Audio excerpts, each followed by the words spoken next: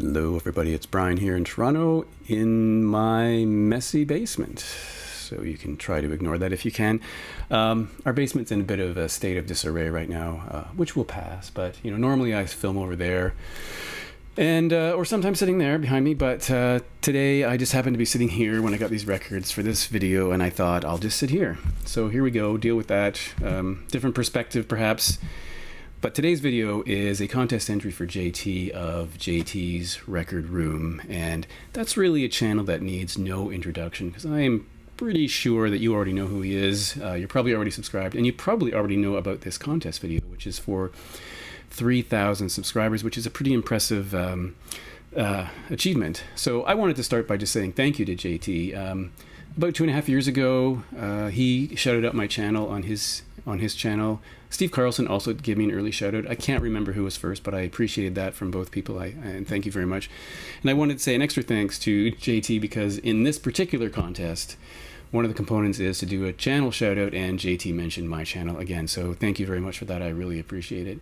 No, I don't think I could say anything about JT that you don't already know. I mean, we know that he's this talented thrifter. He walks into thrift shops and finds amazing things. Unlike me, I can't really find anything anymore. And he's taken us on excursions to like places like Bill's Garage, where he just digs for incredible finds, and also on his trips, so trips to Asia and things. I think it's a really interesting channel. I love his enthusiasm. He's very eager to show us what he finds. He's very appreciative of what he finds. So great stuff. So apart from making a video and letting him know you've made the video, there's a shout out component which I will do at the end. The next component is to show 3 food-related album covers or gatefolds, so records that might depict a food or food scene on the covers. And if you don't have something like that, you can talk about songs that are about food. So I picked 3 records that have a food-related image on the cover. And in the spirit of ongoing excellent Canadian-American relations, I've chosen a Canadian-American indie rock band because, after all, I am in Canada and JT is in the United States. So I have chosen what has been described as a supergroup, although, I guess it depends on your definition. But this band has 2 members from Spoon, that's Britt Daniel and Alex Fischel, Dan Bachner from Canadian rock band Wolf Parade, and Sam Brown from New Bomb Turks. So they got together already 12 years ago in 2012 and recorded an album under the name Divine Fits. And the album was called A Thing Called Divine Fits. There's the hype sticker, which has 3 of the names listed there. And before I forget, yes, Maraschino Cherry. Some people say Maraschino. I don't know. Whatever. I don't really like them. It's a striking cover, though. The red on the yellow with the black font. I think it looks really cool. I would certainly catch your eye from across the record store, I suppose. After this record, they did a 12-inch. And I guess my feeling on this is if you like Spoon, there's probably no reason why you wouldn't like this. It does sound a bit like Spoon, primarily because of Britt's vocals. I guess there's always a risk that a supergroup, you expect it to be greater than the sum of its parts, and perhaps that's not necessarily the case here, but it's a pretty solid record. It came with a download code that does not work. Some lyrics here, and it has this yellow label in here, and I think it's pretty solid. Weirdly, I remember when I pulled it off, I saw this inspected by number 3, and it reminded me of 2 things. One was a couple episodes of the TV show Monk. I don't have to say more about that. If you know, you know. And the second thing is, I remember I mentioned in a video or a comment somewhere about how I had records from years ago that had a little slip of paper that said inspected by number whatever, and it did make me wonder how good inspections are recently, because I've had a few records that would never have passed inspection had someone looked at them closely. But Merge Records in 2012 seemed to be inspecting, whoever was pressing this for them seemed to be inspecting records. Kind of interesting.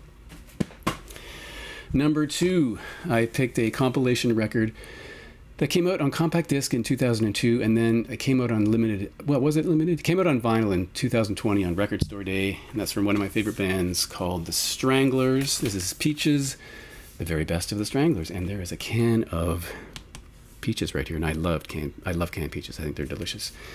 This is a really solid compilation of early Stranglers material, 20 tracks, starting with they're not in chronological order, but starting with Peaches, you got Golden Brown, Walking By, No More Heroes, Skin Deep. So you got on the first side, you got the early punk stuff, you got a later new wavy kind of thing, you got Hanging Around, the Kinks cover, All Day and All the Night, Nice and Sleazy, Strange Little Girl. I'm not going to read them all, but you get the idea. Always the Sun from Dreamtime. So really good collection. Here's the back. Oh, here's the hype sticker sitting right in front of me. First time on vinyl. Polyline sleeves. The Stranglers are one of my favorite groups. I really think they're quite excellent. I loved all the phases they went through, and they're still actively making music, still touring, albeit with only one original member, and that's JJ Brunel. But everyone else has moved on or passed away, unfortunately. But really excellent band. This is a really solid compilation. And then number 3, it's funny, there was a couple threads that went around recently. One was Give Me 10 Dudes with an Axe from James Griffiths. And I did use this artist for that thread. There was another one by MGK Mike, which was guys in suits and ties. And I didn't use this guy for that one, although I could have. But oddly, for the food one, I brought him back, which may be a bit of a surprise. And that's Leonard Cohen, I'm Your Man from 1988.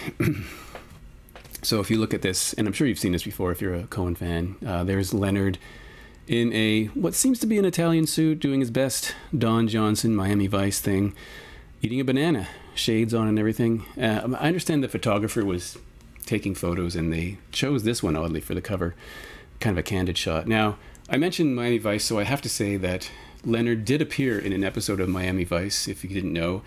He had a brief segment which he's speaking on a phone with someone in French, in his best Quebecois French. And Leonard later said he was fired from the show. I don't know if that's true or not, but I think you can conclude if you watch that no one would ever accuse Leonard Cohen of being a good actor. He was competent, but not really great. So I said 1988. This is a really solid record that I think kind of brought Leonard back into the public awareness, because I think in Canada, at least, he had some fame in the late 60s and early 70s. And then through the 70s, I don't think he got much attention. Even the previous record to this one, I don't think I got a lot of attention, which is surprising because the previous record is Various Positions, which includes Hallelujah. And I guess if you were to ask the average person to name a Leonard Cohen song, that might be one they choose.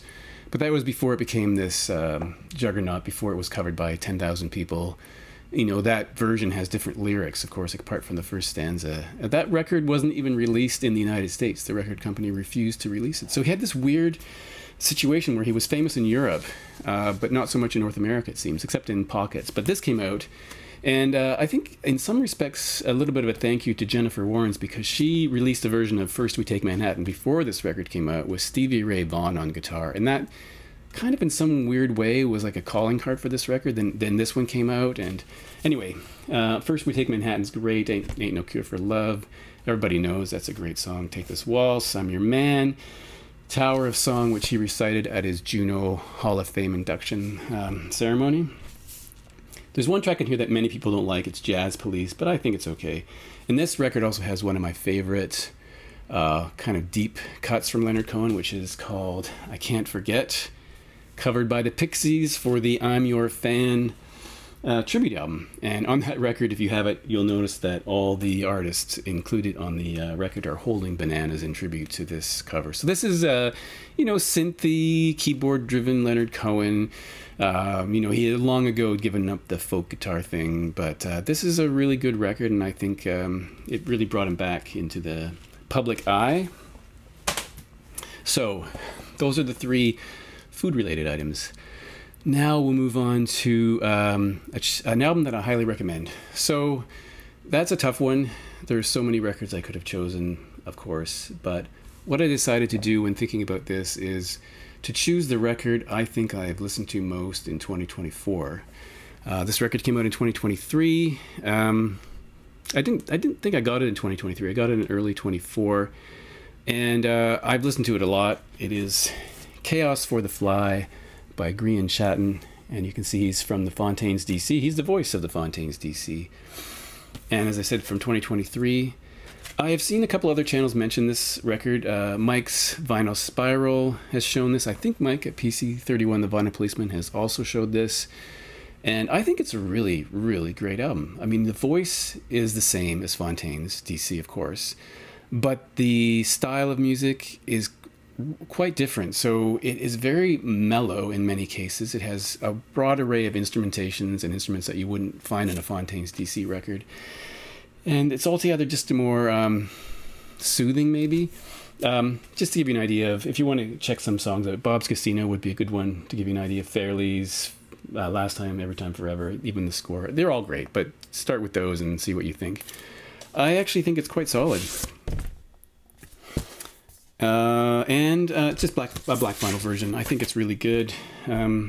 He's got such an evocative voice, I think. So I think this is a really strong record. Bob's Casino, in some respects, when I heard it the first time, reminded me of the sort of left-wing oddball Canadian songwriter, singer Mac DeMarco. But the other thing is, I don't know how he had time to make this record, because Fontaine's have been releasing records, they've been touring, but yet he fit it in. And I don't know if he's doing more solo records or not, or if that's a one-off, who knows. Now, finally, the Shoutout, which I always have trouble with this because I don't want to leave someone out. Certain channels I've never mentioned, certain ones I have. But I picked someone who I don't think I've ever mentioned before, and I don't remember ever having seen a Shoutout for this channel. And that is a channel called Pops and Clicks, hosted by Jan, or Janne, J-A-N-N-E. He lives in Sweden, originally from a small town, currently lives in Stockholm. Of course, I will leave a link, and if you go there, just check out more about this channel. You'll see some information. I really like his channel because it's very calm, straightforward presentation of his records. He has a dog, of course. He shows his new finds, as we all do, and he takes part in some of these VC things like tags and threads and contests. So I think he's well worth checking out. Somewhere around, I think he has somewhere around 300 subscribers. So if you have a moment and you need someone else to watch on YouTube, you might want to check out Pops and Clicks. And you might also want to enter this contest, which ends on September 28th. And I believe that JT's son will be doing the draw, or helping doing the draw. So thanks for watching. I'll see you in the next one.